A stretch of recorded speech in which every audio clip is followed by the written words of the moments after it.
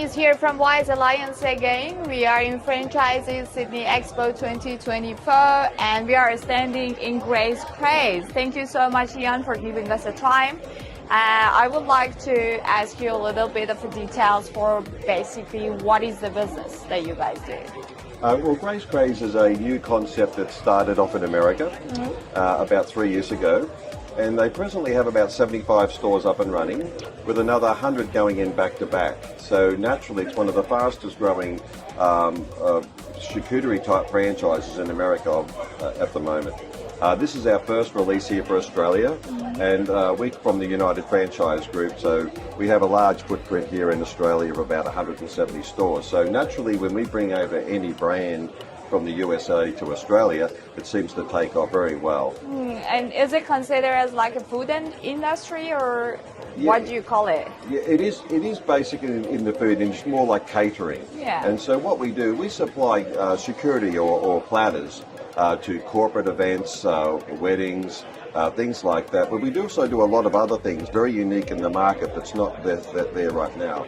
We've paired alcohol sales to our particular charcuterie boards, such as wine and bespoke beers, which no one else in the market is doing, and we're very excited by that. We also have a lot of merchandising, and we also have like a charcuterie studio in our stores where people can come and sample and make the product themselves as an experience. So we're very excited by that too. Oh, so that makes it very exclusive about that specific. Yes.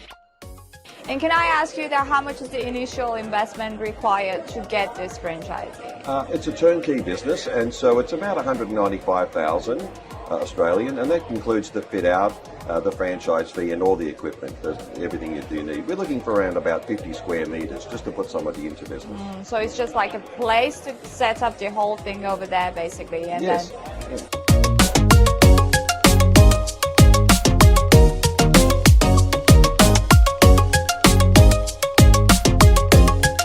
Following the process, what will be the other services you'll give them as an ongoing plan for the people who get the franchisee? Well, we have a full marketing team here. It's very important to get a startup up and running, that you've got a whole marketing program behind it. That's so that we can hit the ground running and they can become very successful in their local areas. All of these stores are independently owned and operated. So it's very essential that you have the tools ready in place for them to hit the ground running. How do you see the Australia market? How does it respond to this sort of industry? Australians are moving more into healthier food. Yeah. The age of the pizza and the thing for corporate events, and we used to do a lot of corporate events, and we've noticed that fade away. And this is the perfect product. Already we have a pilot store up and running, and already we're doing great sales out there in the corporate sector. This is just the luxurious food that they're looking for. It's quite unique.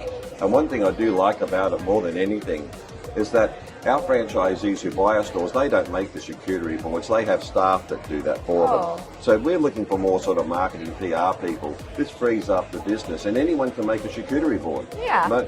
Most of our staff are just university students who make them, so they're all casuals and part-timers, so it's really attractive in terms of your labour cost in the business. And how do you see the ROI of this business?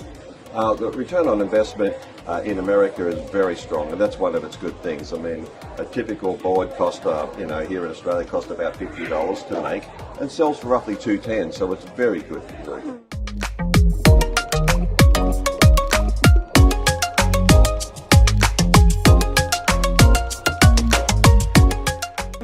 And is there any like extra cost that the people who are interested has to consider to paying along the way, such as like royalty fees or like a extra networking cost for the services you provide? We have a 6% royalty like anybody else, and we have about a 1% ad fund to begin with, and that will start to rise up to about 2% as the brand becomes a bit more mature. So 9%. Yes. Yeah, that's cool. And if you want to like divide yourself with similar businesses which are already in the market, which I'm not really sure that there is any here, what will be the key point that you can provide to the people who are watching us? Well, there's nobody in Australia doing charcuterie boards as a national brand and pairing them with alcohol. Most of these people work from home. They make them few online and they do a delivery or things like that. They don't do it on a very large scale.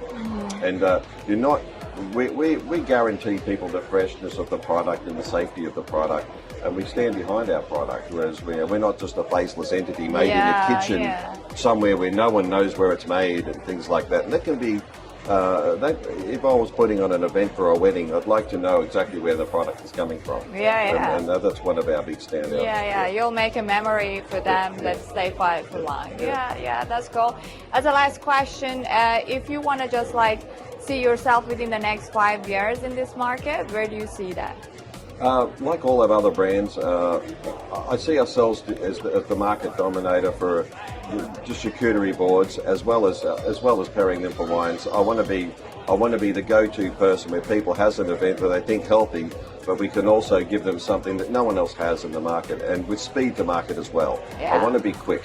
You know, I want people to be able to do an order and have it the very next day or that day. That's where I want to be. I'd like to have at least within 5 years about 80 locations to match our other growth from our other brands. Yeah, of course. We will wish you all the best. Sure. Thank you so much for the time. Yeah, have a nice evening. Okay.